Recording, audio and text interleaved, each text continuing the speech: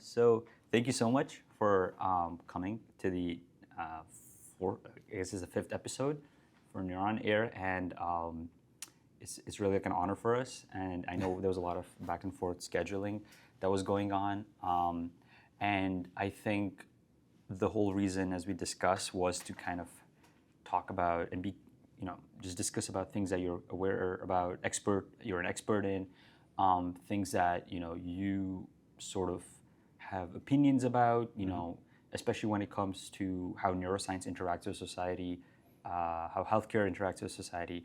And so, thank you so much for doing this. Thank you for inviting me. It's a great pleasure to be here. Yeah. I guess the first thing like that a lot of the viewers would be kind of curious about is, who is Jiannis Taxidis? And professor, you're a professor, and you work at SickKids. You have your lab, and you also do a lot of core neuroscience research around memory and memory deficit conditions. But I guess where did this whole journey begin? Okay.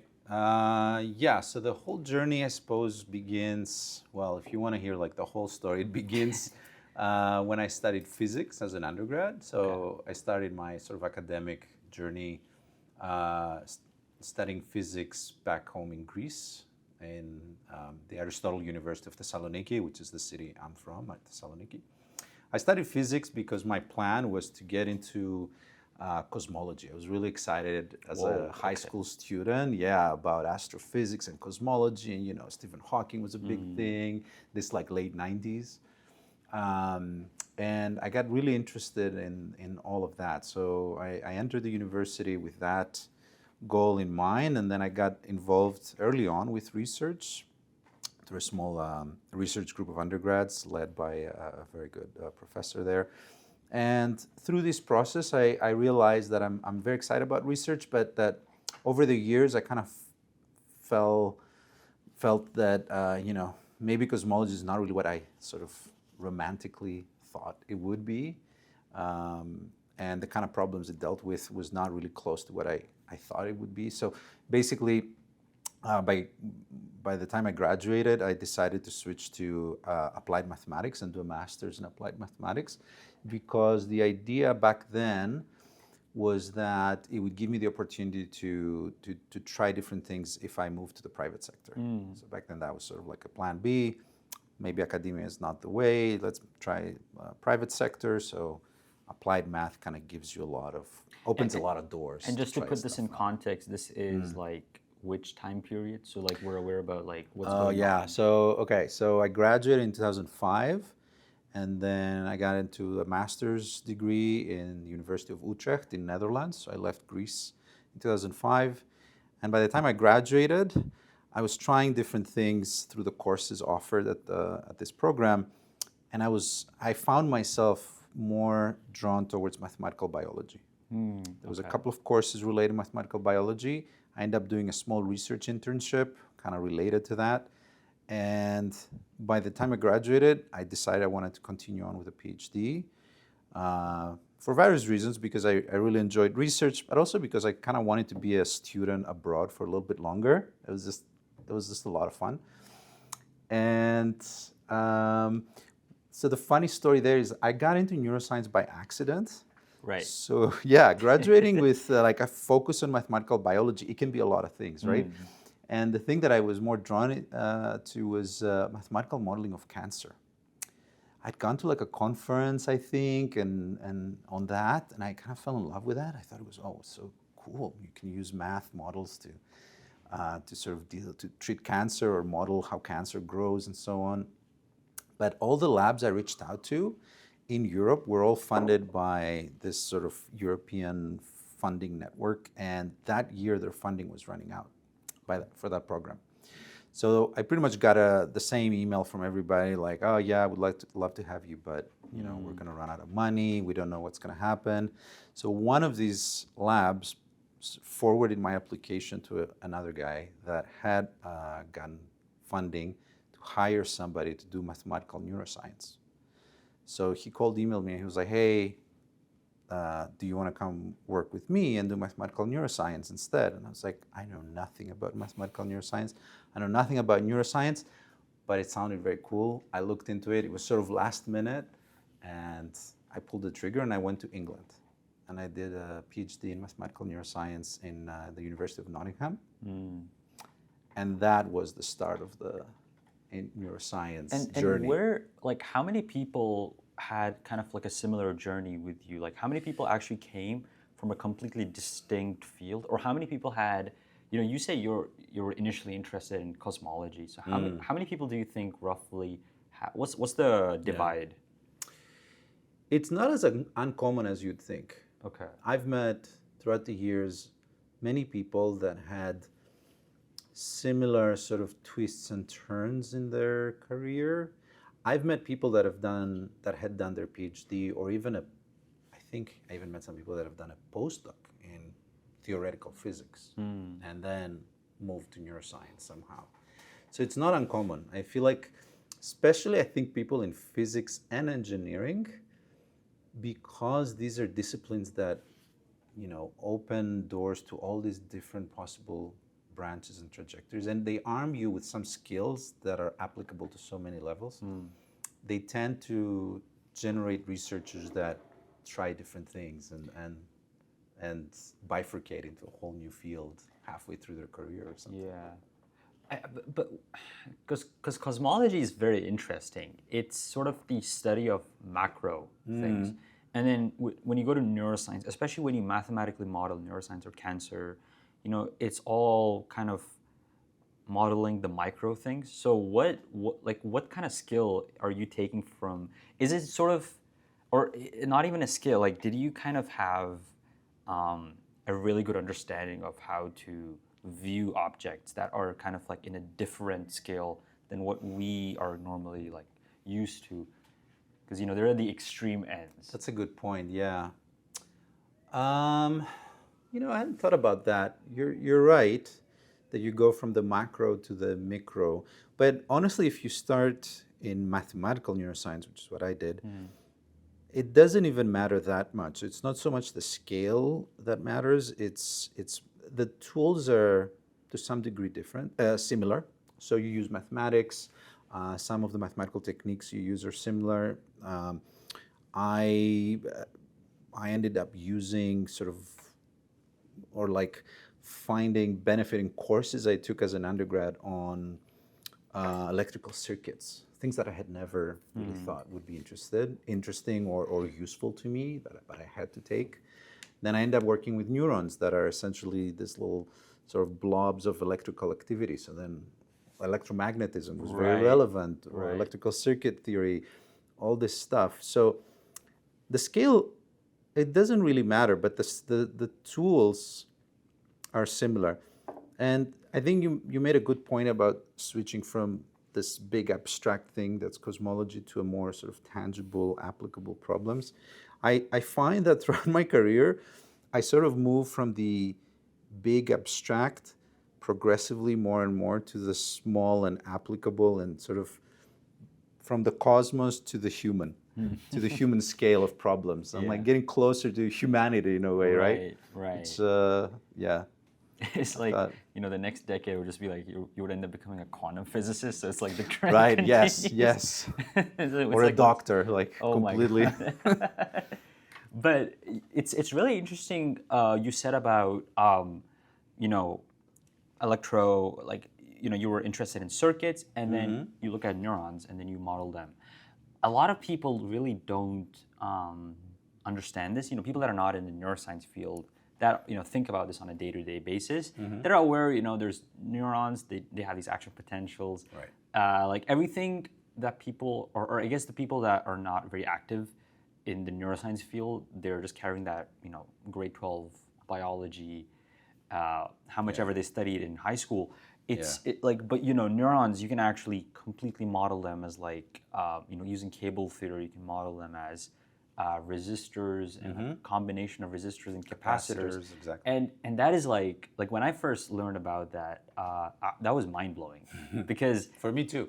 It's like you have these things, you have these devices, and you have this super complex cell that took like years and years to evolve into its current state, and you can model it pretty accurately in just a combination of these, and some more complex combinations. But it is like there is something there, where absolutely. Yeah. And there's like a bunch of you can model it as a very simplified electrical circuit, and you can approximate its activity and the generation of these action potentials, these electrical pulses that neurons generate, very accurately with a bunch of pretty simple coupled differential equations, like the Hodgkin-Huxley equations that were sort of discovered in the 40s. And with very, very simple techniques. I mean, that's also pretty insane. So accurate. It's crazy. It's the 40s, like, because I think a lot it was of during World War II that they were working. Yeah. On this. Why do you think it was like? Because there was also like a lot of things that were happening during World War II. Is it because it was like people were at war, so they needed to like Oh man, I don't know. No, like I don't. Actually, I know that Hodgkin-Huxley were working on some marine laboratory that was also had something to do with the military, but I don't remember the story behind that. But yeah, I mean that was a revelation, right? That you can use these simple differential equations to approximate the generation of this action potential and a very complex and very fast sort of essentially biological / chemical process that happens within a couple of milliseconds max. You can approximate it so nicely with a bunch of equations and generate basically an action potential for you. And through that, you can build simplified but quite accurate mathematical models of a single neuron. And from then on, you can start building, depending on your computational capacity, and you can make networks of neurons, you can make whole populations of neurons, you can then stop approximating each neuron and start modeling the entire network or the entire population as a sort of mean field, the general electrical field that the whole population generates. So there's all these levels of abstraction or accuracy that you can pivot to depending on the problem you want to solve. That can be done with mathematics and or with just, computational program, basically writing code to simulate these brain processes, let's say. which is based off of the mathematics, right? Yeah, exactly. Right. But it's a more algorithmic sort of approach. Yeah, and so like Hodgkin-Huxley, that comes out. Then there's simulation environments like NeurON, which is what a lot of people use. I think that was the 80s, I think, when... Yeah, I'm not sure. But I played with NeurON on my first postdoc, and that was painful. Yeah, there's a lot. I mean, NeurON is also, it has a very old sort of architecture. Yeah, the layout is a little bit dated, but it's a super powerful tool. It is. And so all of that's happening with neurons. And then, but you also said you were actually initially focused on modeling of cancer and... I mean, yeah, but softly focused. Okay. Right? That was just the general idea, but then I never got to work on that at all. Yeah.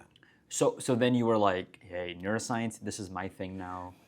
I mean, I moved to England to start my PhD, sort of, blindly in a way and naively perhaps. And I guess pretty quickly I fell in love with it. And one sort of good thing I probably did was that I had a very mathematical project that was handed to me, but I found myself more interested in these simulations of networks of neurons. So I pretty quickly pivoted my project to that. We're also collaborating with some people doing experiments at the University of Nottingham. So I was analyzing data, and just by going to conferences and reading papers and meeting people, I just pivoted to a more sort of computational, less mathematical approach. And I already had some experience with modeling networks during an internship I did in my master's. Right. So I kind of tried to apply that approach to model, to develop a model of this neuronal network that we find in a particular brain region called the hippocampus. So the hippocampus is a very well-studied region. It's considered to be the seat or hub, brain region that is a hub for memory formation and consolidation. So through that, by trying to create a model of the hippocampus, long story short, got into this whole memory sort of field, range of questions. Yeah. So it was that sort of focus on hippocampus for a long time that then you're like, okay, there's a lot going on here in the hippocampus around memory and I guess the lack of memory deficit conditions. I guess so. If I try to remember, I think I was handed a very mathematical project, and then by collaborating, I was co-supervised by an experimentalist who was recording from the hippocampus in anesthetized rats. So I was going to apply my mathematical technique to that data. And then I just found myself more and more interested on the data itself. Like, okay, so what is the hippocampus? What did you record? Oh, I find this with my technique. What does that mean? Let's start reading more papers. Let's start putting it in context. And then I just quickly found myself more interested in that than the mathematics of it, analyzing the data. Okay. So I think it's a very sort of like organic way of how you moved on. I make it sound like it. I don't know if it was that organic. I'm not sure, but. I mean, which is actually like, there's a lot of cool stuff with just, allowing yourself to be passionate and just letting that take, control about where to go in that field that you're passionate in. I feel like a lot of times people, especially students, they're like, I don't know about this, the monetary aspects of this is good, but I don't know what's going to happen there. That's a dying field, that's a growing field, but there's no money yet, Yeah, and I guess my take-home message from this would be perhaps to sort of like follow your curiosity and your interests and see where it takes you. And maybe it'll take you to a place where you find yourself not interested in what you thought was interesting. You find yourself not connecting with the people that work on that field.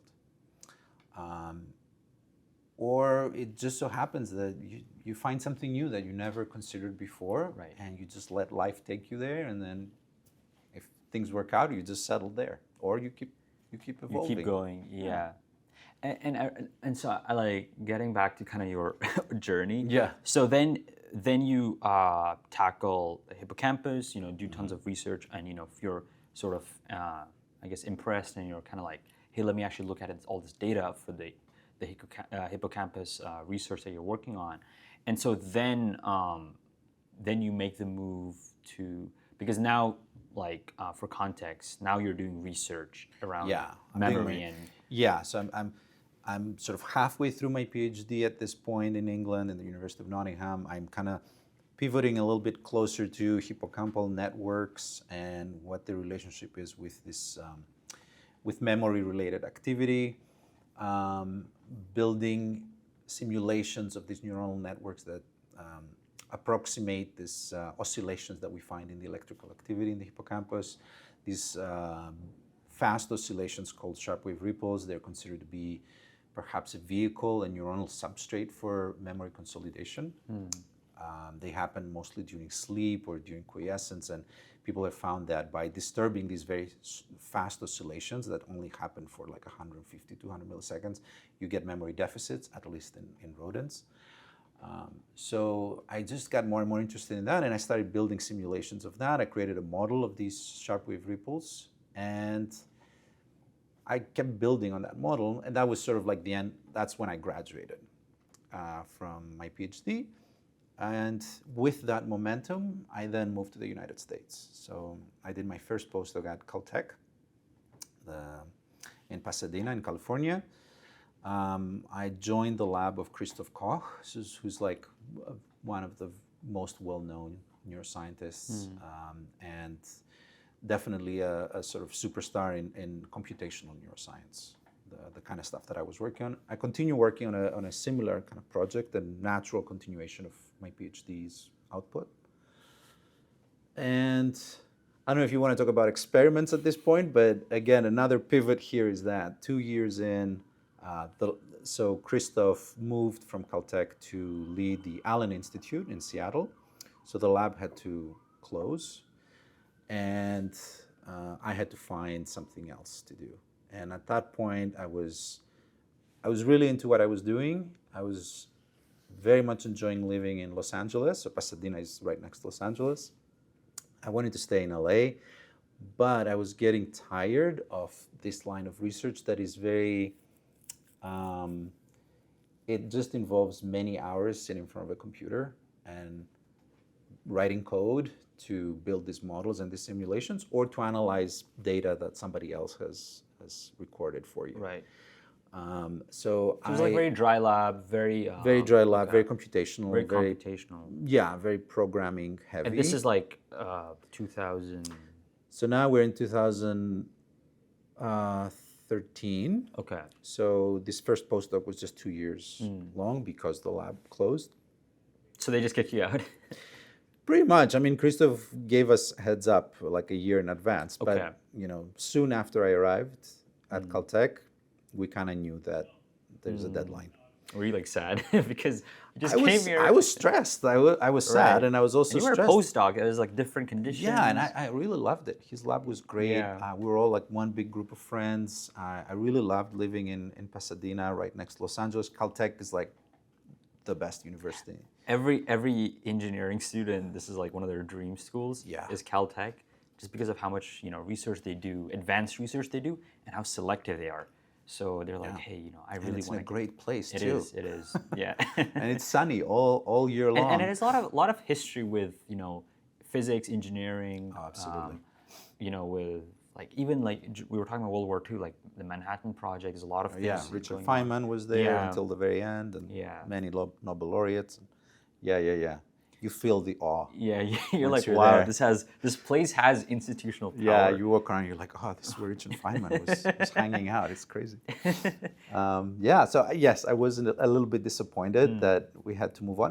To be honest, I tried to stay at Caltech, but there's few labs doing neuroscience there. And I was, at that point, sort of determined to make a gradual switch to experiments. I wanted to start getting my hands dirty with actual brains, Right. like get closer to the source of what I was actually studying, right, rather than have this more theoretical, detached relationship with the object of research, which is the brain, and behavior and perception and cognition. So, long story short, I searched around and I ended up moving to another lab at UCLA. Which is on the other end of Los Angeles, on the west side, close to the water. And there I joined a new lab. So from a very established old lab with a very sort of big name to an up-and-coming lab with a very young PI who was just getting started, essentially, but who was using very interesting tools, or what seemed to me is very interesting, being a little bit on the outside of the experimental process. But it was, everything just aligned nicely, and I moved to Peyman Golshani's lab at UCLA. And there I thought I would have a very progressive switch to experiments. I thought, okay, the first few years I'll just continue what I'm doing. I'll be paired with another postdoc who does experiments, learn the trade a little bit through them. Maybe by the end I'll get to do a few very simple experiments of my own. Maybe just analyze their data, who knows. Nope. Like 6 months in, Peyman was like, okay, you need to find a behavioral task. You need to build a behavioral read, train your mice to this task, and we're getting a two-photon microscope, and I want you to use that microscope. I was like, what? So it was a challenge, and it was very difficult in the beginning, but at the end, I'm very happy he sort of like pushed me overboard and sort of forced me to swim. Because it's a learning process, but it paid off in the end. Okay. Yeah. And then I guess that was like, because it's almost like, I'm trying to think of it as like, train station. It's like your journey is like a train. Yeah, so the next stop was This is like a major layover. I take another train to a completely different direction from where I was going. And then the next stop was Toronto, or were there? So I was at UCLA for quite a while. Okay. So I joined his lab at like early 2014 or so, and I left 2022. So what's that? 8 years. 8 years, yeah. Yeah, okay. almost 9, yeah. Wow. I was there for a long time. It took a while. I have to say that switching to experiments, especially such high-end experiments like what I was doing, which is they involved behavioral tasks in mice. Everything was in vivo, which means in an alive mouse, not in on a petri dish, not on a slice, not in cultured neurons, but in an actual live mouse. So it involved behavior, so training mice, building equipment to train mice. It involved this advanced imaging technique called two-photon calcium imaging, where we're actually recording the activity of the cells as they're sending electrical potentials. We make them flash light. We can talk about it if you will. Yeah. So that's was at that point a little bit high end, and a lot of data analysis. So one good thing was that I was already armed with a lot of skills on the data analysis part. So once I had the data, I knew what to do with it because I was good with programming, mathematical analyses, plotting data and all of that. But getting the data, that was a journey for sure. Okay. Yeah. And then, so I guess then you kind of establish your core research in memory and around that. And I guess, before I, forget this, I do want to ask, this is a very simple question, Sure. and trying to really understand what really is memory. Okay. That's a big question, but I should have Philosophical, No, scientific. It's like, what really is it? Yeah, that's a great question. So, memory is essentially a change in the brain, and we don't necessarily know exactly what that change is, but something changes in the brain after you experience an event, let's say, Okay. that allows you to remember that event. Something in the brain now has stored information that is accessible to you, some way or another. So the big question is, what is that change? Yeah. Where is that information stored? What has changed in the brain after the event versus before the event? That is now the memory. And like when you say change in the brain, you're talking about like a change in the brain state itself, right? Like change in, like when you do mean change in the brain, are you saying there's a change in the firing pattern or the actual potential pattern of the brain? What do you mean by the change in the brain? Yeah, that's a great question. So, and there's many theories behind that because it's by no means something that we have sort of answered, Right? And we know. So I guess a way to rephrase that question is, at which level is the change made? Is it in a single cell? Is it in a bunch of cells? Is it in a small part of a neuron? Where is that change? So we know for sure that one level that changes drastically are synapses. Synapses are these chemical connections, these connections between the neurons. So every time a neuron fires an electrical potential, an electrical pulse, that pulse travels down its axon, which is this long process, the output of the cell, and it reaches other neurons and maybe even triggers these neurons and so on. But every connection between the axon and the downstream neuron is through a synapse or multiple synapses. These are the actual links between the cells. Depending on how strong these links are, you can change whether the first neuron will trigger the second neuron or not. So a very strong, extremely strong synapse or group of synapses from neuron A to neuron B mean that every time neuron A fires an action potential, it'll trigger neuron B, and it'll continue downstream.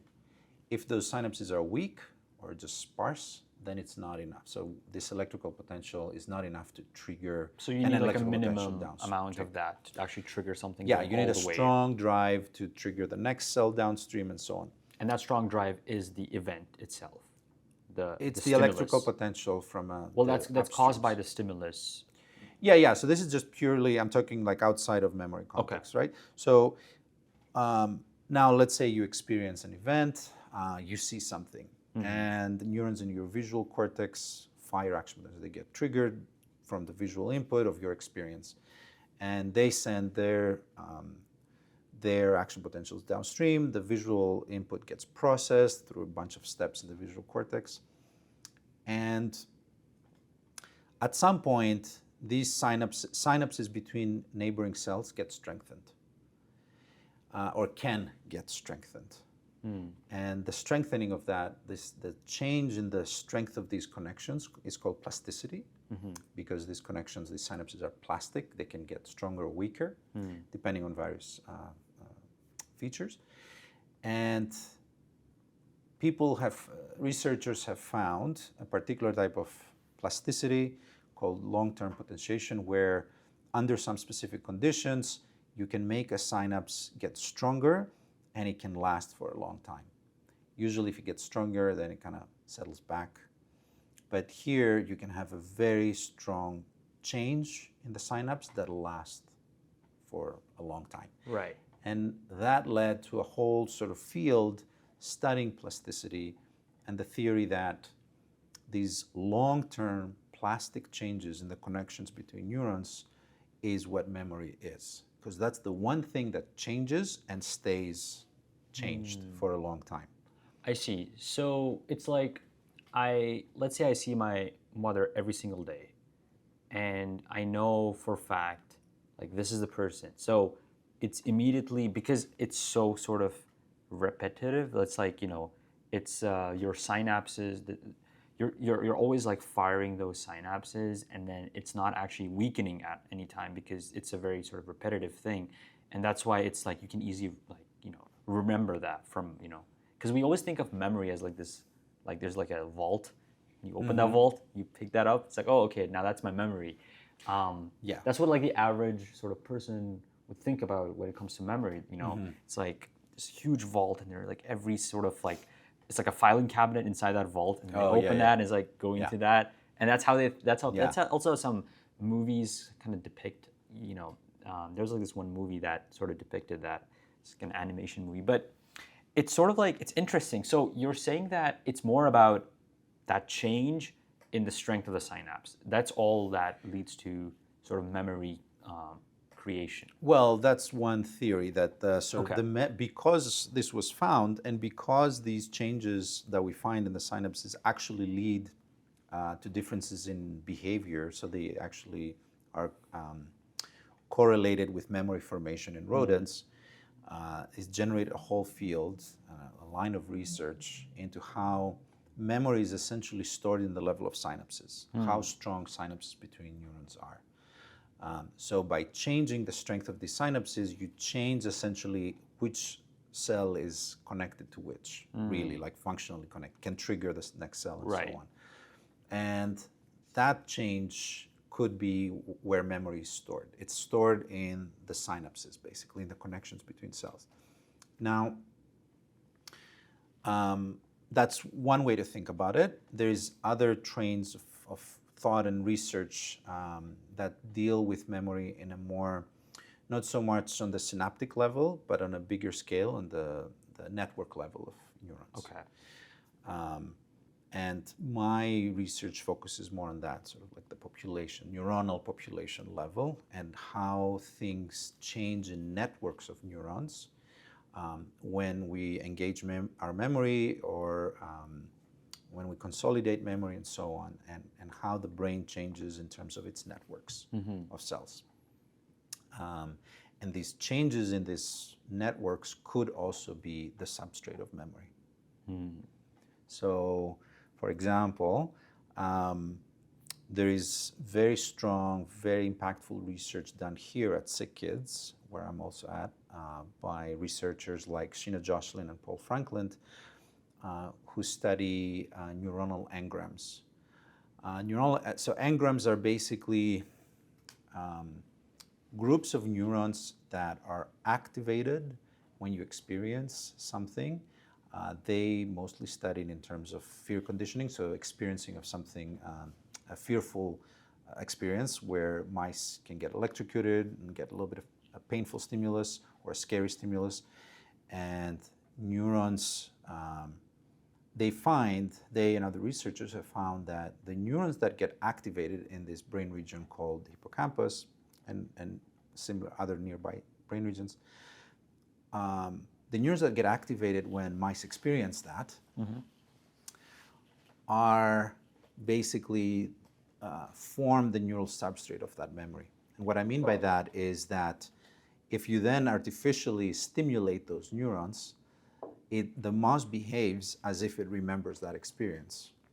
If you inactivate those neurons when they should have been activated, let's say the mouse experiences something very negative in a particular cage, in a particular context, and when it gets scared, it freezes. And we measure its memory of the fearful experience by its freezing. Right.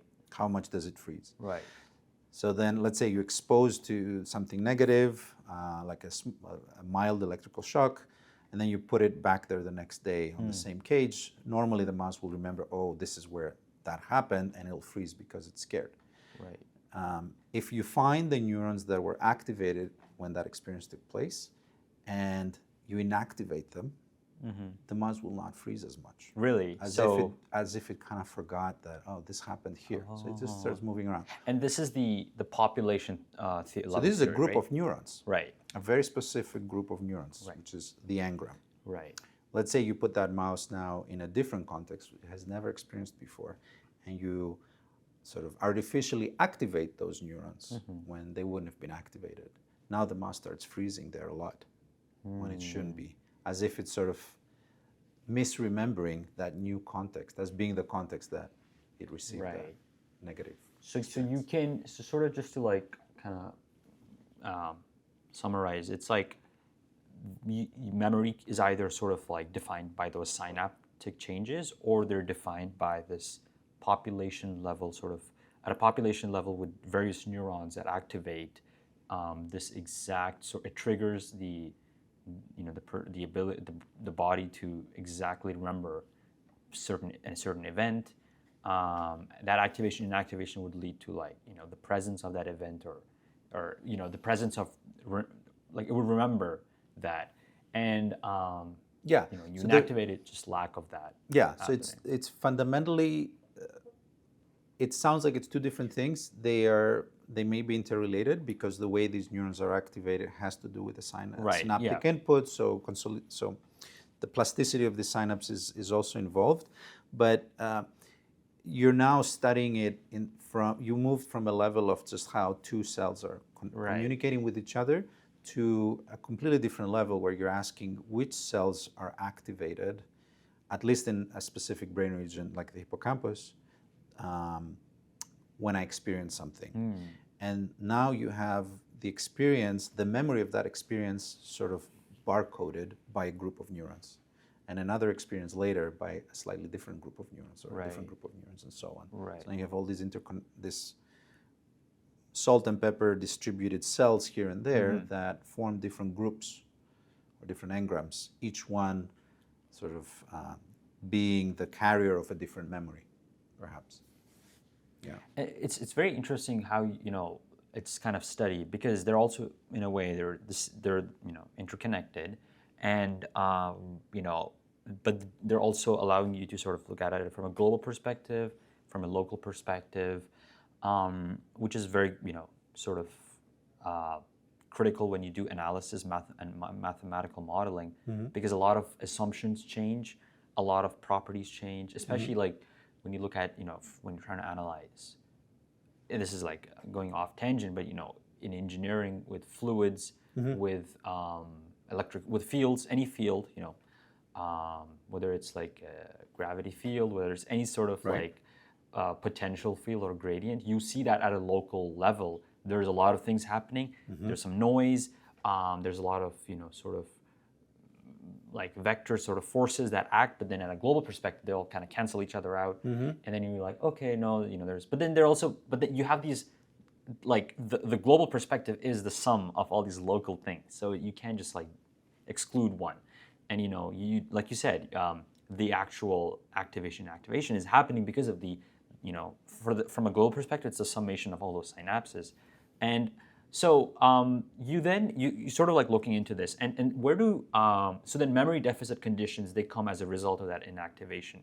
Is it just that, or are they like a whole different thing now? So they can come from all sorts of things. So there's brain disorders that are associated with memory impairment. Okay. The Alzheimer's disease is something that everybody knows. Right. Dementia, things like that. Even conditions that you don't necessarily associate with memory can be accompanied by memory impairments. For example, in our lab, we study schizophrenia a little bit. So schizophrenia also is associated with And how does memory schizophrenia actually happen? A lot of people talk about schizophrenia, but like, what is actually happening to the body? I don't know.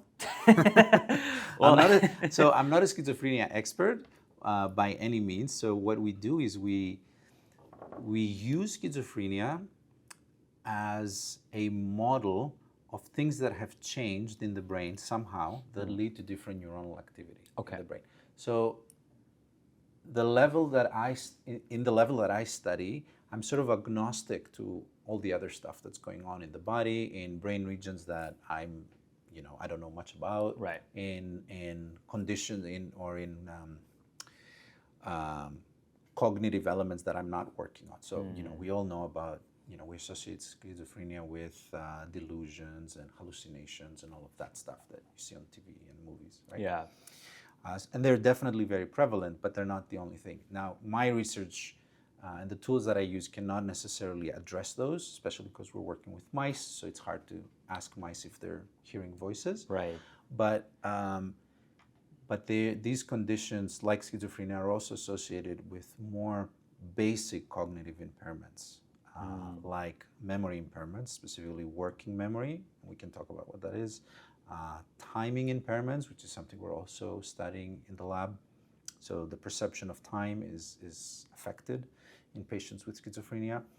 And we can generate mice that carry mutations that are often found in schizophrenia patients. And with these mice as a tool, we can now probe into their brain, which we can't do in humans, right. and ask what is different in the network activity in the neurons of these mice. How are they different to control healthy mice? And how is that difference associated with their impairment in time perception, in memory, and so on? And then we start digging into changes in network activity and how that is correlated with like memory impairment and so on.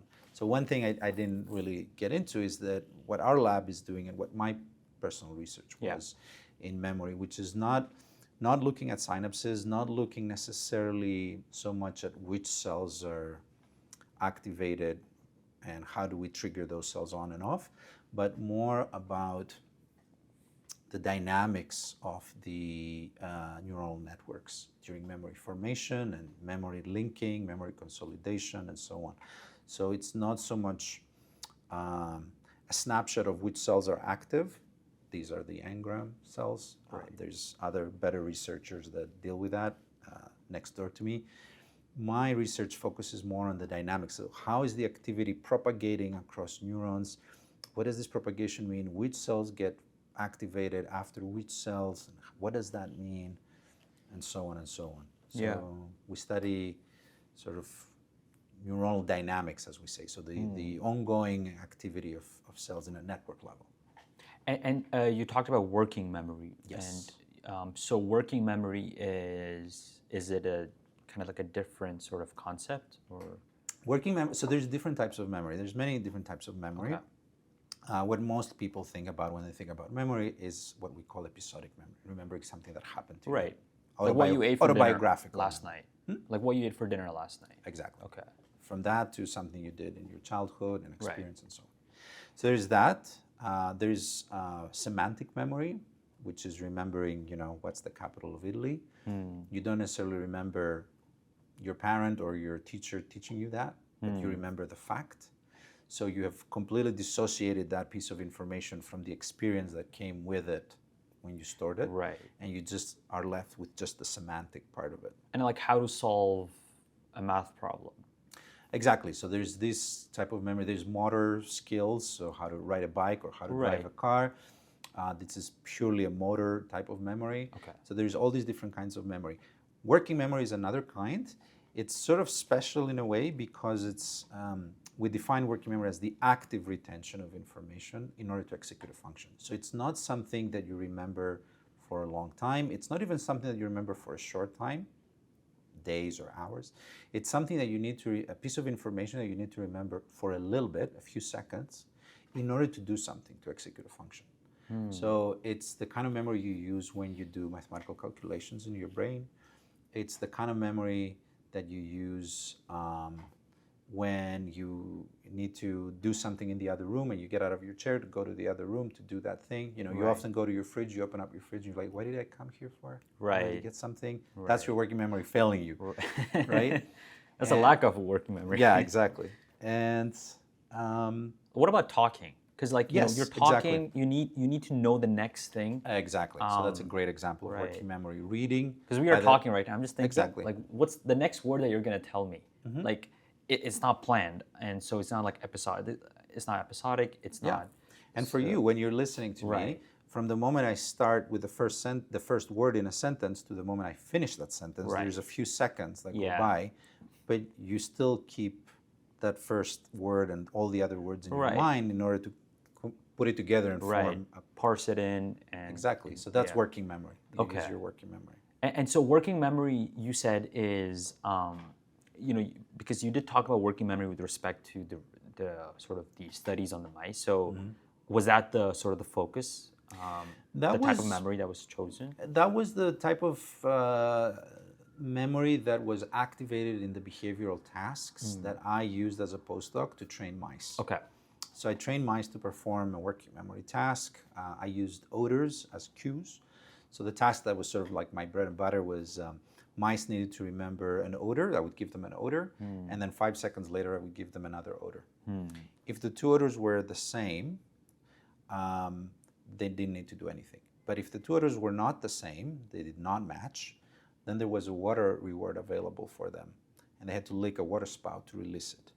So basically what they needed to do it was to smell the first odor, remember it for 5 seconds, compare it with the second odor, and decide, okay, the two odors are the same, there's nothing. Oh, the two odors were not the same, I will lick this water spout and get a reward, water reward. So that allows us. And it was like, it was pre-established that the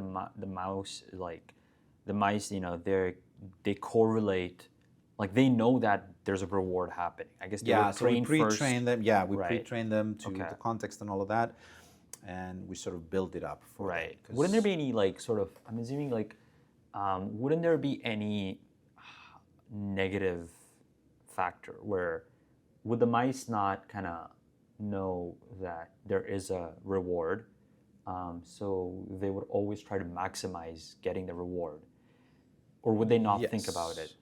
So even if like, wouldn't that be like sort of like a limitation of the experiment per se? Of course, we depend on them wanting to maximize the reward. So I think what you're saying is like, for example, wouldn't that flaw, like wouldn't that kind of change what the ground truth would essentially be if the mice really don't, because you know the reward is happening if there is a change in the if there's no change in the order, right? If the first order doesn't match the second one, there's a reward. But they need to lick the water spout to release it. Okay. So it's not given to them. Right. In the end. So, okay, I see. So what they end up doing is, you will see, so basically we train them to lick for that reward. Okay. And then in the end we introduce the match. So it's very low error, basically, because it's very eventually. simple. But then in the end we introduce the match trials where the first order and the second order are the same. And now there's no reward. So that's a new thing for them. Okay. So now what they need to learn now is that, if I lick the spout, nothing's happening. So then they don't do it. Okay. They're not going to lick the water spout if they know nothing's going to come out. So now they're starting to put two and two together, and they start to associate the first with the second order, engage their working memory to carry that information throughout the delay period to compare the first to the second order. Right. And say, okay, this was the same or not the same, so I lick or I don't lick, and so on and so on. So we know that this is a working memory task, and there's ways to test that. We know that they're using the working memory task, and we record electrical activity in the neurons in their hippocampus brain region that is a very memory relevant brain region to see what are these neurons doing to encode information about the first order and carry that information throughout the delay period to compare it with the second order. The comparison happens elsewhere, not necessarily. It doesn't all happen in the hippocampus, but because the hippocampus is a memory hub, we're interested in whether the neurons are doing something to retain that information throughout the delay period. The delay period here is key. Right. Yeah. Because that's when you activate your working memory. It's the delay period. And you were initially talking about sort of the memory deficit condition, schizophrenia. Right. And that's kind of what you're now focused on here at SickKids, right? The one of the lines of research. Right. So now the question becomes... Generally memory deficit conditions, though. Yes, particularly focusing on working memory as a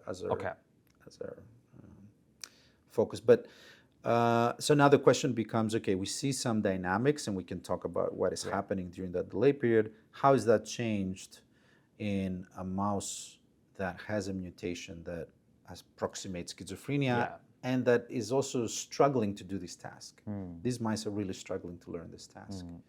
So what's going on? Is there something wrong in their hippocampus? Are their cells not behaving collectively the way that normal healthy mice cells are behaving? Right.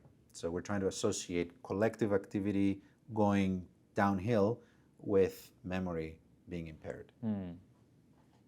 And so I did want to ask, like, so mice, you know, I guess the way their brains are wired, like all their neuronal circuits, it matches really well with like how our sort of, because we always try to, like, you know, even for bunch of computational experiments, we will like kind of load that model up with the constraints and sort of the boundary conditions from an experiment, which would usually just be like a, you know, done on mice and stuff. So why is it so potent? Like, why are mice in general so potent from a neuroscience perspective? Generally in biology, not just in neuroscience, also in genetics, genomics. So they're a great tool for various reasons, for practical reasons, due to their size, their low cost, they're easy to breed, and There's so no on. like self-consciousness, like they won't fool you. Well, maybe that too, but mostly because of these practical reasons that they're easy to breed. You have a high throughput versus, let's say, you know, non-human primates, and because we have really good genetic tools and other kinds of tools to study their brain, which don't necessarily work very well in other mammals, in non-human primates, and so on. Even in rats sometimes. Rats are also very widely used in neuroscience because of similar reasons, and also because they're much smarter than mice. So they can do very interesting, more complicated behavioral tasks that are closer to what humans can do, somewhat closer. So mice can do only sort of basic behavior, but it's still it can be very relevant. Their brain architecture is to a very large degree similar. It kind of is similar across mammals. They have similar brain regions, and things that we find in mice often translate to humans as well. Right. I mean, that's like the thing that makes it the most sort of essential for, you know, laying the foundation for clinical study in humans, because if you see a mice study that's telling you something, and there's interesting sort of there's a motivation to look at that in humans, it's a very good sort of contribution towards that. Yeah, right? I mean, there's many steps in between until you get to the humans, but it's definitely a great starting point. And you know, keep in mind that because of these tools and a very good idea of their genetics, their genome in mice, we can record, and because of ethical reasons, of course, we can get into their brains and record activity from their brains, manipulate activity with various tools, electrically, optically, and so on, pharmacologically. We can play with the activity of their cells and see what happens to their behavior or what happens to downstream brain regions, experiments that we cannot do in humans by any means. and that are very difficult, if not impossible, even in other mammals, because we don't know their genome very well. Yeah. And the tools that we've developed for mice don't apply as easily in, like, let's say, macaque monkeys or Yeah. something. So, you said there's multiple ways to analyze, like electrically, optically, pharmacologically. So, for sort of the memory deficit conditions, that kind of research, it's all just electrical analysis of the electrical fields and generated in the hippocampus region. Is it just electrical, or do you also like corroborate with other ways of looking at that? It's actually not electrical at all in Oh, our okay. case. It's Okay. funny because these are, we're talking about neurons as these sort of electrical fields and Yeah. action potentials and electrical pulses that travel downstream and so on. So yes, traditionally the brain is studied through its electrical field. So Yeah. people put electrodes into the brain and they pick up electrical activity from a group of neurons or even from a single neuron and so on. Now, so what our lab does not do that at all, because I don't have really a background in that. What our lab and many other labs do is we study the brain optically. So we use microscopy to study the brain. Now, what can microscopy tell you about the activation of neurons? You're not going to see the electrical potential, right? It's an electrical phenomenon. Well, actually, we can see it because of these tools that I mentioned before that were mostly developed for mice. We can sort of turn the neurons into little light bulbs. So every time a neuron produces an action potential, it can flash a pulse of light as well through some manipulations that we've done. That means that on the right microscopic conditions, we can see these cells flashing, pop, pop, pop, pop, pop, like little light bulbs going on and off. And we can translate that fluorescence activity, so how bright they are on and off, up and down, with electrical activity. Okay. Yeah. So you look at existing electrical activity and through optical and changes in fluorescence. I see. So it's actually, that's very interesting. So does it just mesh well with the electrical activity, the optical, and the fluorescence activity? It depends on the tools that you're using. So the most commonly used tool is of actual activity function of neurons, not just like static fluorescence where you're just seeing the cell, is calcium imaging. So calcium imaging, and this is what I was called to do when I joined that lab at UCLA, two-photon calcium imaging.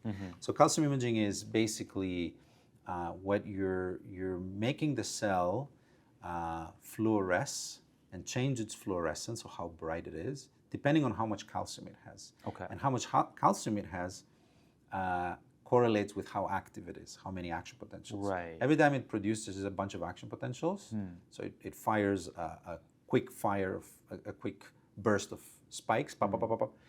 Calcium flows in. And as long as calcium flows in these neurons, they start becoming brighter. So now they flash very brightly. Right. And now we can see that, we can record that in a microscope, and we can say, okay, that cell was activated now. That cell was activated afterwards, and so on and so on. That's interesting. That correlates well with activity, but there are some caveats. One of the caveats is that this using calcium as a proxy of electrical activity is relatively slow. So it lights up and then it kind of decays slowly. And if it's just a single spike, it only gives you like a tiny little blip in the fluorescence. So it's kind of easy to miss that in the noise and all of that. But it is a very, very powerful tool and has been used the last couple of decades very widely, and allows us to record activity from now a bunch of, because now imagine, right? You have your microscope and you're seeing maybe even thousands of cells. Like we're typically recording over 1,000 neurons in our field of view, so what we're seeing in the microscope, in a live brain as the mouse is doing stuff. As the fluorescence itself is changing. We're measuring the fluorescence in all these little pixels that correspond to different neurons, and you can see the neurons very clearly. It's a very dynamic sort of environment, very dynamic setting. Exactly, that's why we're recording neuronal dynamics. Right, yeah. Right? So how things change over time. Yeah.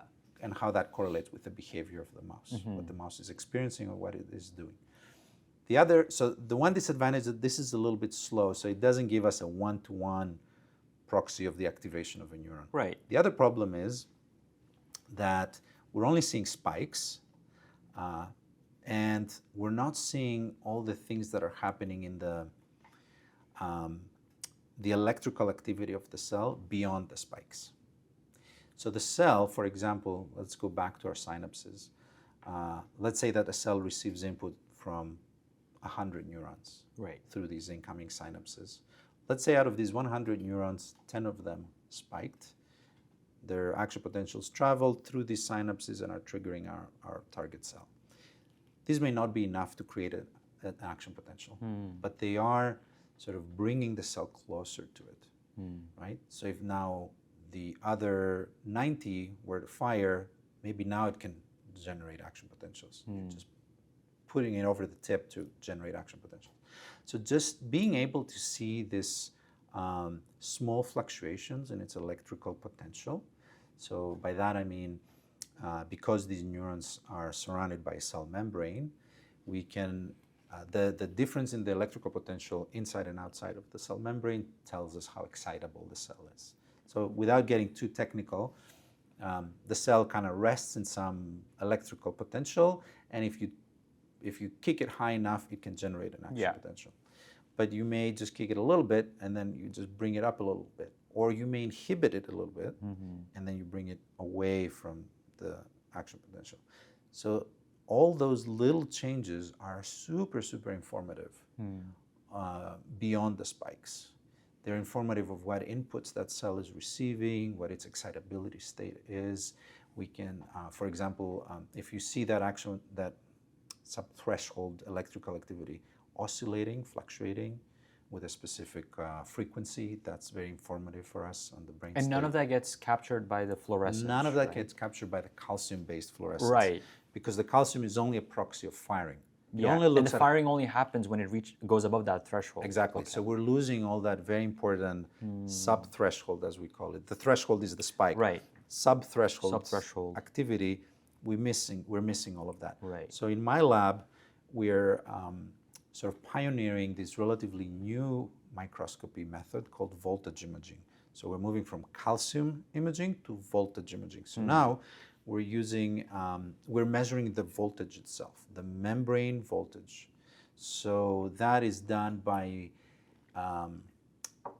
tricking the cell into producing these proteins that live on its membrane, and they fluoresce, and their fluorescent changes dependent on the membrane voltage. Right. So these are sort of new tools that are up and coming, and they're being developed in labs, in different labs in the United States and elsewhere. And they allow us, with the right tools and the right cameras and the right light sources and so on, to trigger these molecules and see them change their fluorescence in direct link with the actual membrane of the cell. Because now it's focused on the voltage, like the voltage membranes themselves. Exactly. And the voltage membranes would obviously, they would change. I mean, the activity would change depending on the influx, efflux, and stuff of all these ions, and that is capturing everything. Whether it creates, whether that influx creates that sort of, whether it goes above the threshold, the actual voltage activity, or whether it's below, it's still change in the voltage membrane. There's still changes that are very important. Yeah. So up until recently, the only way to measure that in a neuron would be electrically, through the classical way. You basically put an electrode essentially on the surface, on the neuron's membrane, and you're recording the electrical activity of that membrane. Now that is notoriously difficult to do in a live mouse. Yeah. That brain moves a little bit, so we're talking about micrometers, right, of precision. Little move, you're gonna kill that cell or you're gonna lose it. Right. So it's notoriously difficult to do it in vivo. Right. But now what we're doing is we're replacing that method with a microscopy method that does the same thing more or less. We don't have to patch, as we say, that cell. We don't have to put an electrode on that cell. We can just make that cell change how bright it is, Right. based one-on-one on its memory potential. Right. I think I think they use patch clamp recordings, right? So they That's the classical way of doing it. So now it would just be voltage. Voltage imaging. Voltage imaging. Exactly. Based fluorescence. Right? Yeah. So now we're using very fast cameras. So what do you need now? Now you need a camera that can record that change in fluorescence very fast. Yeah. Right? To make it worth it. Now it's on the equipment. Now it's not on the mice itself. It's always on the equipment to some degree, and it's Right. also on the fluorescence indicators, these molecules that fluoresce in the neuron. Right. There is a lot of biochemistry involved. Okay. But basically, assuming that you have a cell that perfectly expresses these proteins, these molecules in its cell membrane, and those molecules nicely change their fluorescence, there's a lot of problems there already. Now you also, on top of that, you need a good camera that can capture those photons fast enough to be able to see, like a very fast action potential or a very slow change, very small change in the subthreshold membrane. And we can do that. So we're recording optically traces that look very much like you've patched that cell electrically. Right. I mean, that's pretty cool because, you're kind of, that's actually one of the coolest things about science, which is you look at what are the, it's kind of also like first principle thinking that that they teach in engineering school, which is if you were to come up with a different mechanism, different way of looking at things, you have the same toolkit. You just, try rearranging them. It's like, you have the same building blocks. He has the same building blocks. This person has the same building blocks. But we're all we all have the same basic information. We're just, trying to what are you optimizing for? Oh, I'll optimize for cost. I'll optimize for time. I'll optimize for this. And then they will use a different metric. So you're optimizing for you're essentially you're optimizing for different things, and you're using a different sort of strategy, which is focusing on the voltage membranes. You want the sort of the fluorescence, how would you have the fluorescence? Let's now tag that to the voltage membrane, and then you would now get the full activity, ideally. Yes. So that's really interesting how people think about it from that, how they come up with these ideas. Yeah. Yeah. And each tool, mind you, has advantages and disadvantages. Yeah. You gain some, you lose some.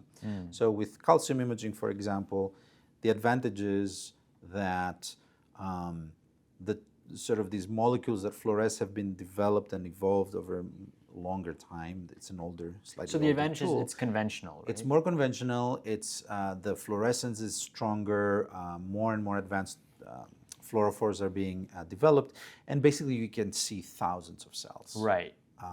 And you have a very clear, very high resolution image, and there's more or less advanced ways of doing the actual imaging of calcium. 2-photon calcium, 1-photon calcium, 3-photon calcium imaging. These are slightly different methods. Right. With voltage imaging, it's still sort of being developed, and it's still an up-and-coming technique. But so you don't get that beautiful high resolution, thousands of cells. You can record for hours. You can record the same cells for weeks. But so you lose that, but you gain something else. You gain very high temporal precision, resolution. So very high spatiotemporal resolution. So you can see your cell, and you can see the change in electrical activity, with the timescales of milliseconds. That's actually what I wanted to talk about because, while kind of researching about you and what you do, this is one keyword that did come up a lot, which was analyzing temporal relationships. And so temporal relationships here would just be sort of looking at it from the voltage standpoint. It's all about sort of, do you kind of just want to talk about that a bit? Yeah, so in this case, spatial and temporal. Yeah, so spatial resolution means, how many cells you can see and how well you can define each cell. The 1,000 neurons in the calcium imaging. How deep you can see inside the brain, and so on. How clear the signal is, and so on. Temporal resolution means how accurately you can record its electrical activity through its fluorescence. Right. So, like we said before, calcium has relatively low temporal resolution because it the cell spikes and the calcium goes up, the fluorescence goes up, Right. and the calcium slowly decays and the fluorescence slowly decays, so you lose temporal resolution because it's a slow event relative to the action potential that's 1 millisecond Right. long. So with the voltage imaging, you're gaining temporal resolution. Now, why do you want such a high temporal resolution? For example, there are specific neurons called interneurons. These are inhibitory cells. If an interneuron fires, then it makes its downstream neurons less likely to fire. Right. Okay, so it's sort of stopping activity from propagating downstream. These are very, very important pieces of neuronal circuits, very important elements. They sort of control the flow of activity. They hold things at bay, so without them, brains would just be an epileptic They're seizure. sort of like, your brake and pedal, like your brake mechanism. So you have the principal neurons or pyramidal neurons that when one fires, it triggers its downstream target. But without these inhibitory cells, these interneurons, that would just lead to an epileptic seizure. Every time one cell fired or a bunch of cells fired, it would just go everywhere. Right. So you need inhibitory Like cells. a nice balance of excitatory, inhibitory. There's excitation, inhibition balance. Right. It's like a huge thing in neuroscience. Are they, sorry to interrupt, but like, are they scattered, because when you're focusing in those 1,000 neurons, are you kind of like aware about where the interneurons are, the principal neurons are? Yes. Because I guess that would be important for you to know what that looks like. Right? Absolutely. Okay. So I guess a small tangential here is the other advantage of imaging versus electrophysiology is that we can express these fluorophores, these molecules that make the neuron fluoresce, based on what the neuron type is, using some genetic mouse, transgenic as we say, mouse lines and so on. But basically we can control what kind of cells we want to record from. So now we know that we're imaging pyramidal cells, excitatory cells, or we're imaging interneurons, or we're imaging a very specific subclass of interneurons versus another, and so on. So these interneurons actually are very, very interesting to me. They fire very fast.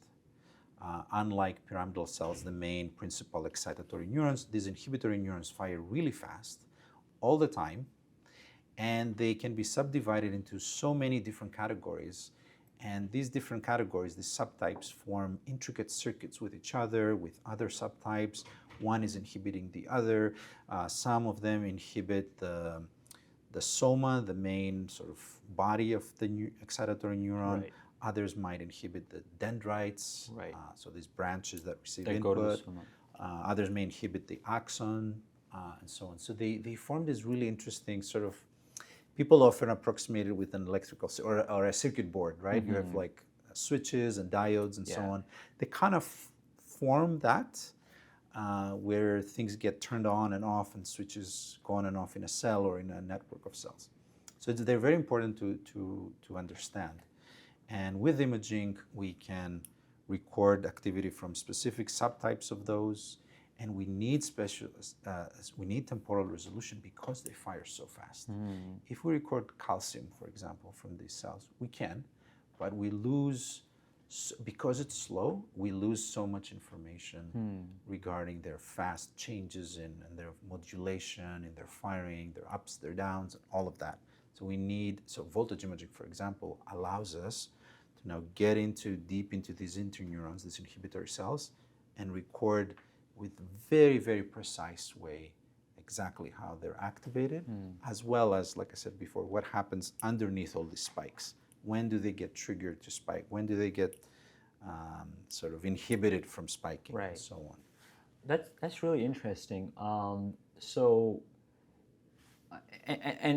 You're sort of, you're kind of analyzing the spikes, and are there sort of other things that you're doing that's kind of like adjacent to this in the lab, or is this just the primary focus with spatial and temporal resolution and yeah, so we're doing these are some of the main techniques that we use: the calcium imaging, the voltage imaging that I mentioned. Yeah.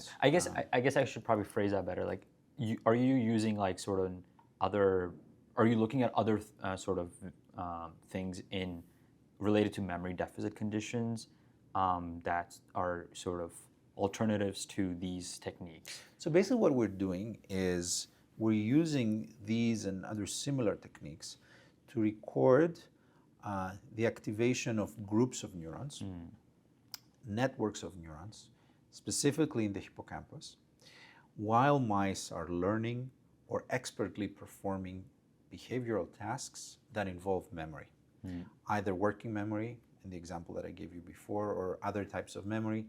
And we want to see what these networks of different cell types are doing. How do they organize their own activity, and how do they interact with each other?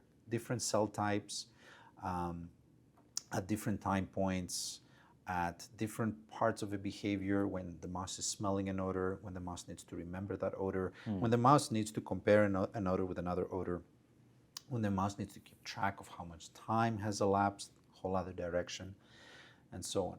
So we're trying to understand how do the hippocampal networks of neurons handle this incoming information, an odor cue, a visual cue, a tone. How do they handle this incoming information? How do they change their collective activity in a way that stores that information? So for example, you give the mouse an odor. How are the cells in the hippocampus encoding that? We find that some specific groups of neurons are activated for specific odors. Okay, so that's straightforward. You give odor A, cell, this and that cell is activated every time you give it. So now we know that this group of neurons encode, carry, or sort of, what's a better word than encode? They encode the information of that odor. Their activation tells downstream cells, oh, it was odor A. Right. You give odor B, a different group of neurons gets activated. Right. Okay. Now, you take that odor away. Now the mouse needs to spend 5 seconds remembering that odor. Let's say nothing happens in the hippocampus. It's silent or just noise, right? That means that that information is not stored anywhere in the hippocampus. Some other brain region is taking over that task. The hippocampus is agnostic to that. That's not what happens. What we find is that the first neurons are activated when you give the odor. You take that odor away, and there is that activity is passed on to different groups of cells downstream. So you create a chain of cells that fire one after the other throughout that 5-second delay period. And the more the mouse needs to remember that odor, the more it gets trained that, oh, that odor is important, I need to remember it and compare it with the second one. The more you see more and more cells are joining that chain. And what that chain does is it carries that information. You now have neurons that were activated when you gave odor A, and now they're followed by neurons firing one after the other after that odor. They retain that information because those neurons only fire after that odor. Right. You give the opposite odor, different group of cells is activated, encoding the sensory cue, the odor that's coming into the brain.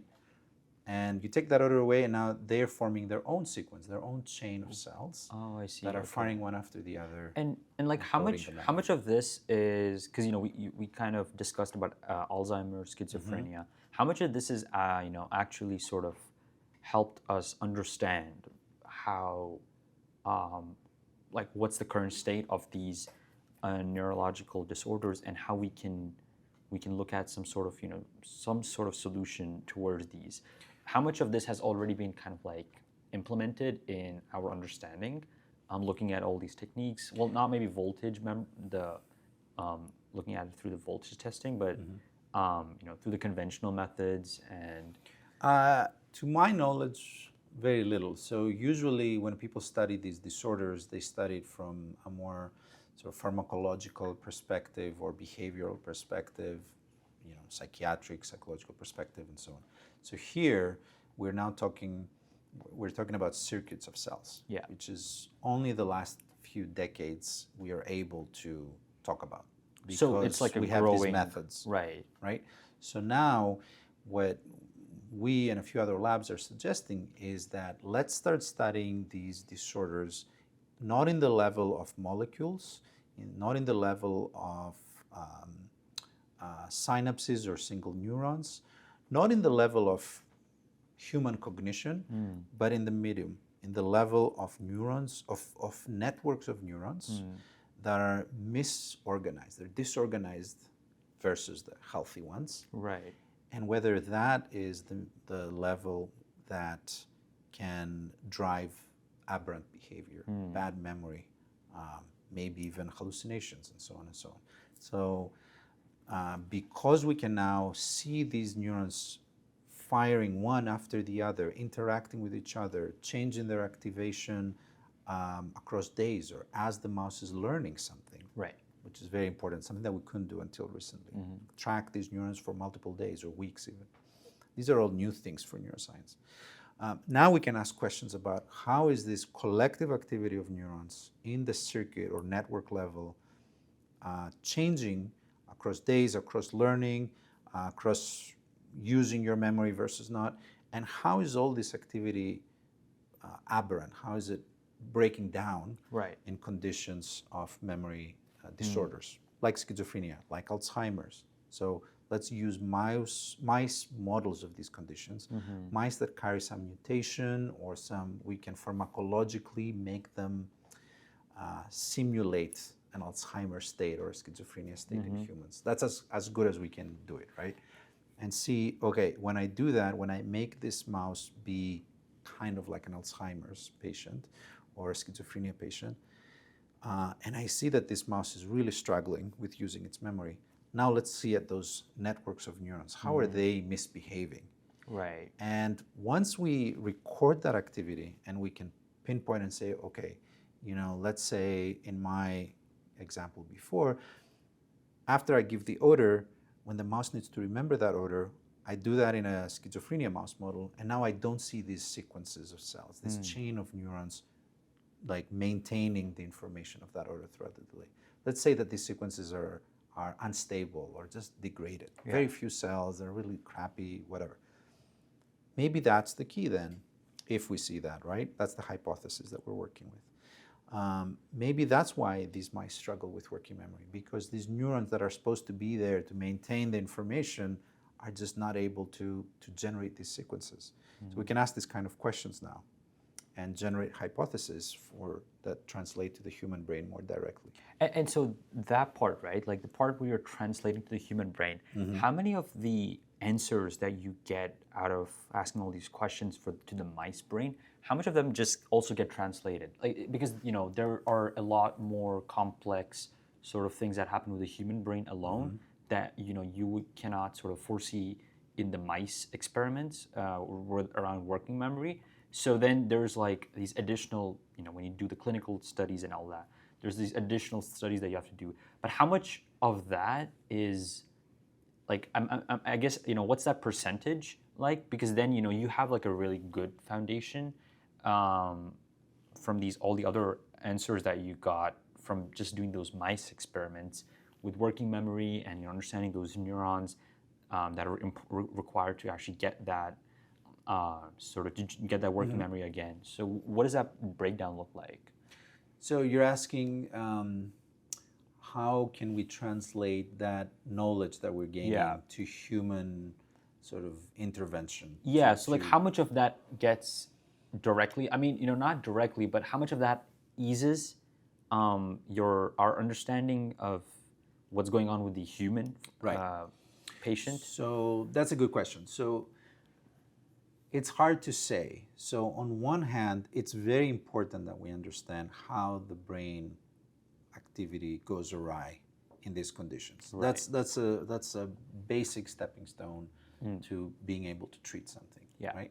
Where is the problem exactly, and how do I turn aberrant activity into back to healthy activity to rescue a behavioral deficit or a memory deficit or whatever.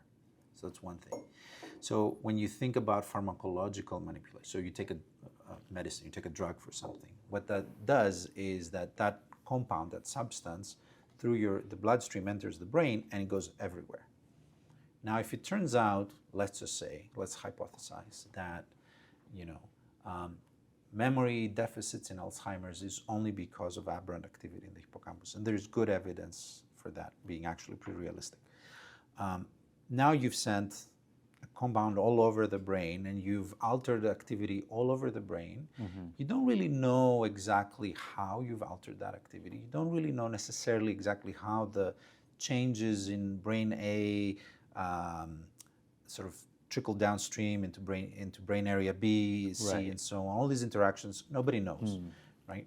You know that you're having a positive effect maybe in the patient, but maybe that effect is short-lived, or maybe there's other problems that you create. And I'm not an expert in that by any means. Right. But, so it's very important that we move slowly from that very general approach to treating something. An old a Caltech professor called it having a problem with your car and just dumping engine oil all over the car. So if your car is out of oil, and that's why the engine won't work, then if you just dump oil all over the some of it's going to go into some the of tank. it is going to go in there and it's going to help you, Yeah. and it's going to get the car going. Right. But that's not the optimal approach. Right. Right. So it's just brute forcing it, and it's then brute forcing it, and some of hopefully- it lands yeah. where it needs to land. So the idea is that we go into more precision-based approaches, where we can point to the networks of neurons that have gone awry, and we can understand how they've gone awry, what exactly is changed, and how can we turn it back. So that's sort of one line of questioning that my lab is asking. For example, in this sort of narrow context of remembering odors over short time periods or assessing time, which again is another thing we're doing, is we have now some basic understanding of what these neurons in the hippocampus are doing when you're experiencing a cue, like an odor, and when you need to remember that cue. If it turns out that in a mouse model of schizophrenia or Alzheimer's, we find that this spatiotemporal activity has changed somehow, we can understand how it has changed, and then we can use manipulation tools to try to bring it back. Let's say, for example, these inhibitory interneurons that I was talking about. It turns out that these inhibitory interneurons get very activated when the mouse smells the odor. Right. So at the moment where that information needs to be kind of encoded, the inhibitory interneurons are very activated, very engaged. When you need to remember it, they're not doing as much. They're more sort of quiet in a way. Okay, now let's say, again, for hypothesizing here, that in the mouse model of schizophrenia, when the odor arrives, these cells are not firing as much.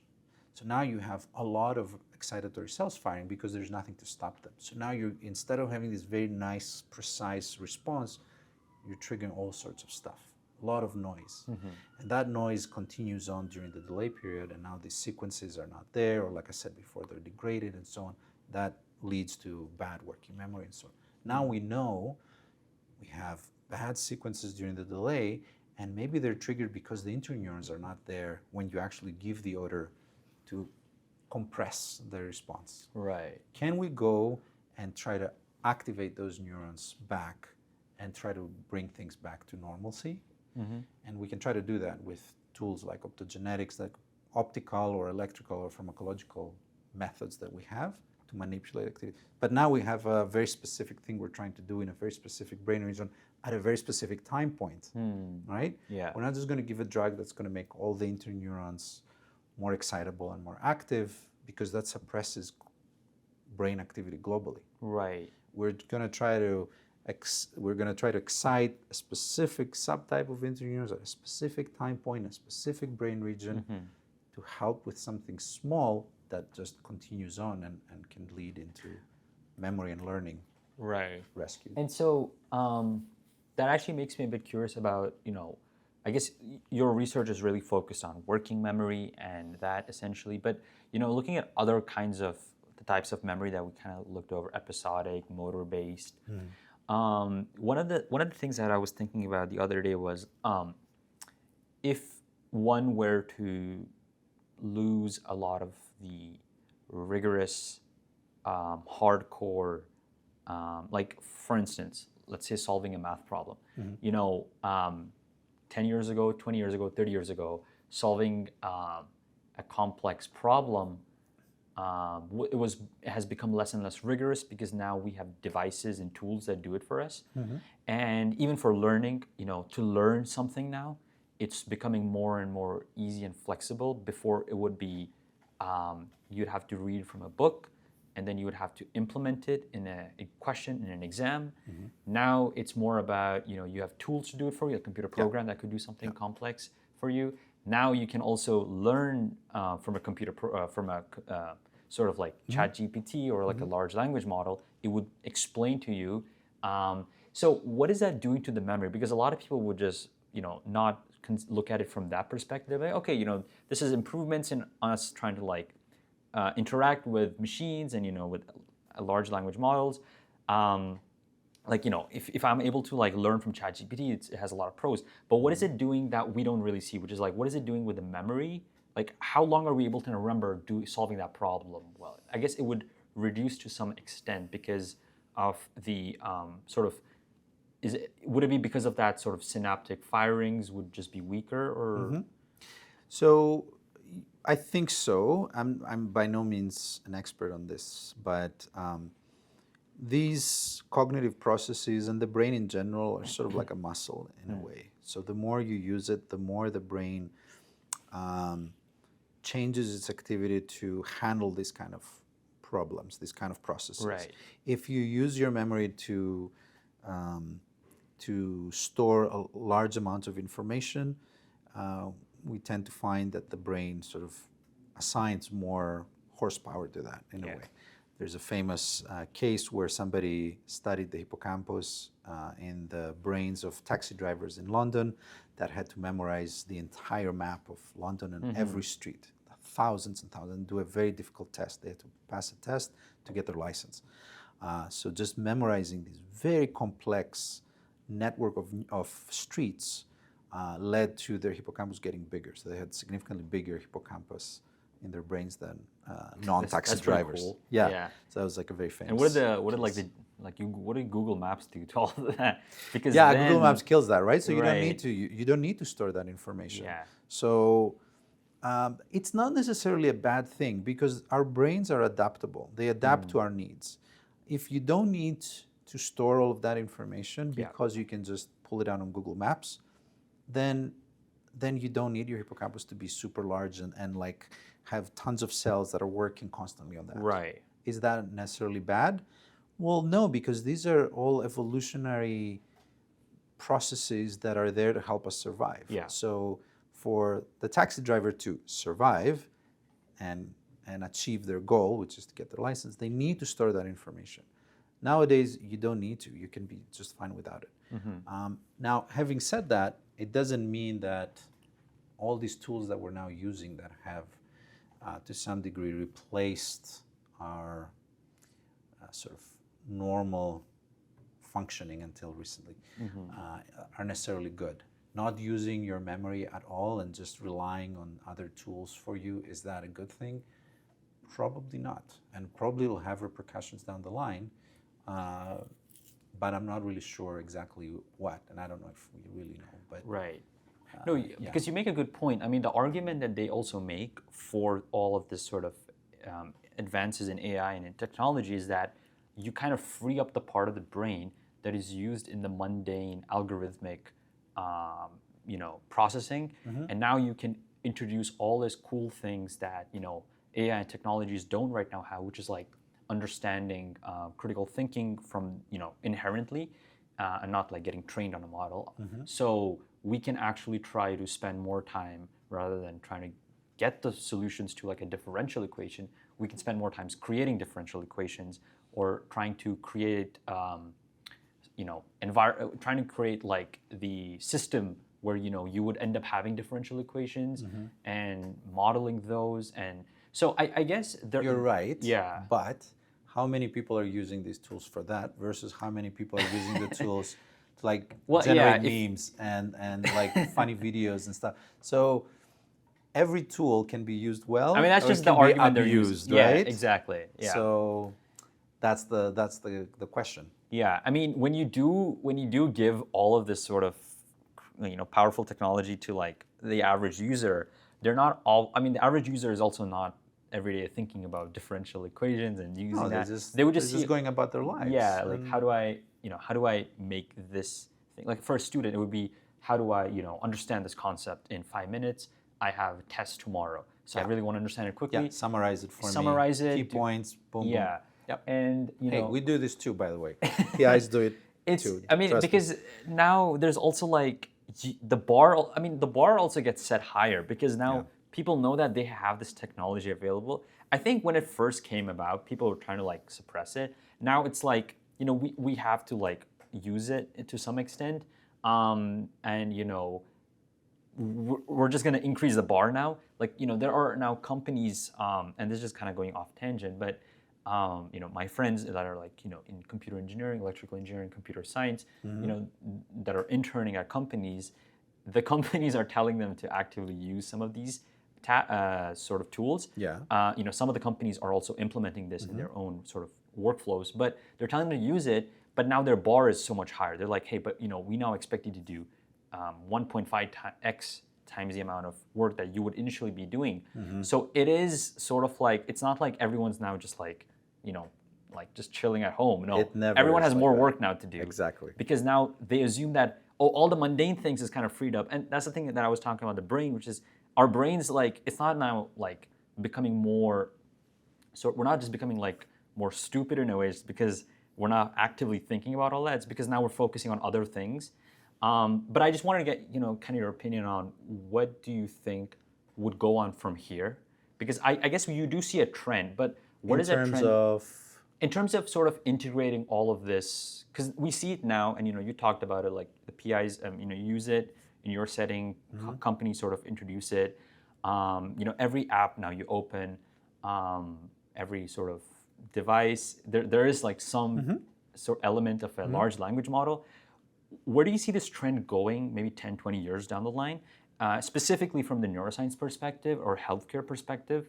Do you think it does end up being detrimental, or is it like we have to wait and see what happens? We have to get more data. I think it'll be both. Isn't it the case for every tool out there? I mean, are iPhones detrimental or they're beneficial to humanity? They're both, right? Depends on how they're being used, by whom, and to what extent. So I think all these large language models and AI, and we'll see where it'll go, but I think that it'll, like every other tool, it will do some good and some bad, or a lot of bad. Right. But it'll definitely do some good. I have friends that are working on, you know, like using AI to diagnose conditions faster. Right. That minimize the time that it takes for some doctor, to some radiologist to read a PET scan or CAT scan and diagnose something or miss something, Right. and so on. So in that sense, it can save lives, and it will save lives. Right. No doubt, eventually it will. Will it also lead to people, you know, are we going to lose grip with reality? We're already kind of there to some degree, right? What's real, what's not, what's to trust. So in that sense, it is very dangerous because it's not controlled, and it's sort of like Wild West in that sense. And it can be used for nefarious purposes, as we know. So, I don't know. You have to take the good with the bad, I suppose. Yeah, and kind of I guess try your best. I guess you use it you well. kind of like think that, okay, there's no way we're gonna stop this. It's gonna happen whether or not we like it. It's just that you have to make sure you kind of optimize for the good, and you maximize for the good, and you know, you put guardrails and minimize for the worst. And I think, you know, there are some AI companies like Anthropic that's doing it now. They have heavy AI. They're teaching AI sort of. They're trying to teach the safety and maneuver of AI. But you know, I did want to ask about memory and AI, because I think, or not just AI, but like people are talking nowadays about. There's a lot of and this is kind of going into, I guess, neuroengineering specifically, where people are working on bidirectional information exchange through BCIs, where now you have, I have like, let's say I have an interface, and then I exchange, like, let's say this is a machine, I'm a human, I communicate, but the machine communicates back, helps my sort of, you know, wherever the implants are, helps that part of the brain. And, you know, like Neuralink, they're doing that. There are some competitors in the US. And so There's labs that have been doing that way before way Neuralink. before Neuralink, yeah. I would object Neuralink as well, an I guess example. from the industry side, I mean, Yeah. there's a lot of Yeah, yeah, research that Yeah. led to industry, because research informs Absolutely. academia informs industry. Yeah. But the thing about that is people talk about, like what would be the role of memory in that case? Because if I have, and they're obviously right now from the industry side, they're focusing on like Alzheimer's and these diseases. If someone does have Alzheimer's and they're putting this machine that kind of bidirectionally helps transfer information, does it help in some of the sort of this things with like those interneurons and some of the neurons that sort of get weakened over the entire process? Who knows, right? Because we don't really know in the human brain at that level of detail what's going on. Okay. That's why we need to work with mice for now, because that's the best model that we have and the best set of tools that we have to get that level of understanding in the level of specific neurons. In humans, it's much harder. So we're coming to that problem from the opposite end, where we're sort of agnostic to the brain, and you develop an app to help an Alzheimer's patient remember. So you don't really care about what the brain is doing. What you care about is the output, the person using a tool to remember something. You're completely agnostic to all the stuff that's going underneath. It's like going back to physics. You don't need to know quantum theory and track every single electron and proton to understand matter and how things roll down the hill, right? So in that sense, you don't care about what the brain is doing. You only care that there is a memory deficit, and I'm going to replace memory with a tool on an iPhone that this patient can use to help them navigate life. Perfect. But if you want to get that level where you're like, I want to actually go in and treat, understand exactly what's happening, treat it with precision, and go in there and really get a good understanding of the neurons and what exactly goes awry where, and how can we tweak it back, then you need to attack it from the other end, from the bottom up, from animal models all the way eventually to human translation. Right. And then there's also the talk about, I guess, it's more of like a theoretical or a hypothetical, if one were to upload the memory to like a cloud system. And that's sort of where they talk about. What does that mean though? So that's like, you can retrieve information. You can, and this is a hypothetical, you can kind of start offloading memory into, and this is like a futuristic hypothetical, so there's like a lot of assumptions. You can offload a lot of your current memory into a cloud, and it makes it easier for you for that machine, the interface, to retrieve it immediately. So that's one way where you can kind of like immediately get, you wouldn't have delays in trying to retrieve memory, or you wouldn't have certain issues with the memory deficit conditions. You can kind of maneuver around those, and you can essentially create more spatial, temporal resolution for more memory. You can create more memory and more memory as you go. So the analogy that you can essentially start having more and more memory as you also get older is because you've offloaded. You kind of offload it. It's one of those things. But I want to get your thoughts on that. But your underlying hypothesis there is that you have a specific capacity. You can remember up to 1,000 events, let's say. Yeah. And if I store somewhere 500 of those, that frees up space for another 500. Right. But memory doesn't work like that. We know that the brain doesn't work like that. Hey, we're taking photos of every single thing that we do every day with iPhones, right? There are people whose every breakfast and every meal is on a photo somewhere on their iPhone, and that's on a cloud already. So in a sense, we already have all this useless information stored somewhere. Yeah.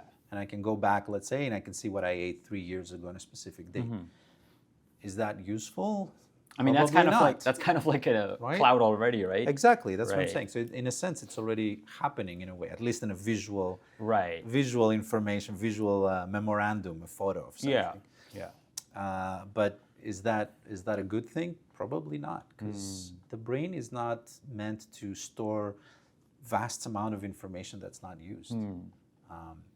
The brain is meant to store information that is useful, that is important, that has emotional valence, and helps us navigate the world.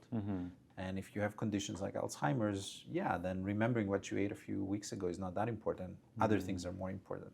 So in that sense, having cloud storing information for you as a Alzheimer's patient, sure, that might be beneficial in that specific case, but not for the general public necessarily. Right. So again, every tool has its use, and it really depends on who's using it how. Right. And I guess one of the last things that I was curious about that I do want to ask is, this was something I really kind of like look at researchers, and I myself, work at a lab, and I'm like, okay, there's constraints that people are not aware about when they get recruited. They hire, they're like, oh, okay, there was this constraint, and there was like this funding constraint. There was this, not even funding, there's constraints in the literature. There's like, oh, we need to wait for something like this to get published, and then we can pursue that. So hypothetically, if you were to have, like unlimited funding and unlimited level of sort of power over the field, in terms of like, you would have all this information already, and you would have all this infinite amount of money. And this is what they teach you in certain elementary classes. In engineering, when they teach you to design things, they remove the cost aspect. I see. So people are like, okay, I'm designing on paper, so everything is like, if I want to optimize, if I want to optimize for, efficiency, I'll put the most, like if there's an expensive element, you put that in. So if you were to kind of go and think about that, answering that question, because there's a lot of things we talked about, what essentially would you sort of, put all your focus in? So if technological and monetary constraints were not an issue, so if we had magical tools that would allow me to you have the ethics approvals too, and I can record every neuron and manipulate every neuron. Right, Then I would do that. I would like to be able to record the activity of neurons with high spatial and temporal resolution, cell type specificity, so I can know which neuron is what type. Record that as, say, a mouse is doing an interesting task. Understand how neurons in different brain areas are engaged with that. And then I would like to have the capability to manipulate, choose which cell to manipulate when and how, to, as they say, play the piano of the brain. So you basically, if you think of each neuron as a key that you're pressing on the piano, I can then play the piano and simulate the activation of neurons, or disrupt activation of neurons in a specific spatiotemporal patterns, and see how that leads to improving or impairing behavior, so that I can understand the link between these networks of cells and how they drive behavior. And to some degree, we have this tool. We actually have it in the lab. It's called SLM-based optogenetics, where we use this device called the spatial light modulator, and we can send light at individual neurons at individual time points and trigger them or inhibit them. But it sounds futuristic, but it's happening now. Okay. But I would like to have that in a bigger scale. And so expand on that, right? Expand and have the entire brain transparent. The entire skull transparent, so I can just see the entire brain. That would be phenomenal. So the this is all optogenetic, right? So that means this is based off of, this is like, again, fluorescence. This is optical manipulation of neurons. Yeah, you can use light to turn them on or turn them off in a way. And what is right now sort of like the biggest like limitation for this that's like preventing you from going to that fully futuristic? Is there like some constraint? Mostly technical. So these spatial light modulators that we use are sort of constrained spatially, so you can't just send light to neurons that are very far from each other. You're sort of constrained spatially to a group of neurons that are nearby. There's other constraints on how quickly you can change the pattern of cells, but these are problems that we will overcome. Technology will keep evolving, and we'll find a better way of doing this, and targeting our light beams and our laser beams to even smaller and smaller regions, small parts of a cell, deeper, further away, faster, more accurately. I have no doubt that cameras will keep evolving, lasers will keep evolving, microscopes will keep evolving, and on the biology side, fluorophores will keep evolving, and our way of sending those two different neurons will keep evolving. So eventually, I think we will get to what I was talking about, some degree or another, because that's the need right now. We need to get there to understand collective activity in the brain. And actually, there was a lot I learned about sort of what you're doing. And we usually end all our episodes with one kind of traditional question we ask every guest. And so it's like super. You can take this anywhere. You can answer this from any sort of time perspective in your lifetime.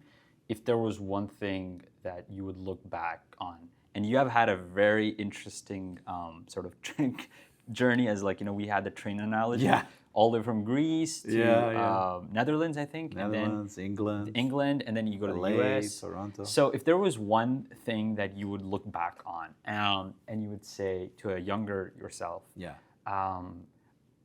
I would, and the reason why we also ask is that there might be people that would watch this and would be in like those shoes, wearing those shoes that you had, you were essentially in, and this is sort of a way for you to tell others about an experience, teach them, like give advice. What is one thing that you would do some advice you would give to yourself in any of these sort of time points that you kind of elaborated in the beginning? I'm not sure. I guess I would advise my younger self to make more informed decisions.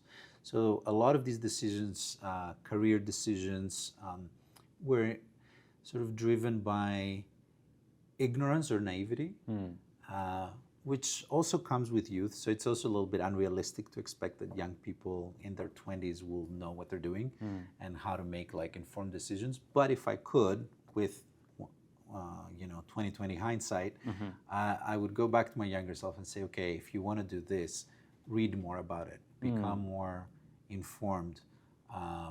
Before you pull that trigger, read a little bit more, research it better, because it's exciting and it's adventurous to try different things, but you can also waste time, or you can also be in a place that doesn't work for you.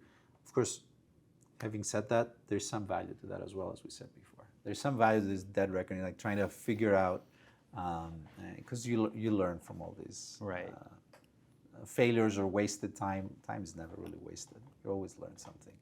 So I don't know. I don't feel like I've answered very well, but that's okay. But I think it was a really good conversation, and I really enjoyed it. Thank you so much for coming. This was lovely. And hopefully, Thanks we'll see you again. Fantastic. Anytime. All right. Thanks a lot. Thank you.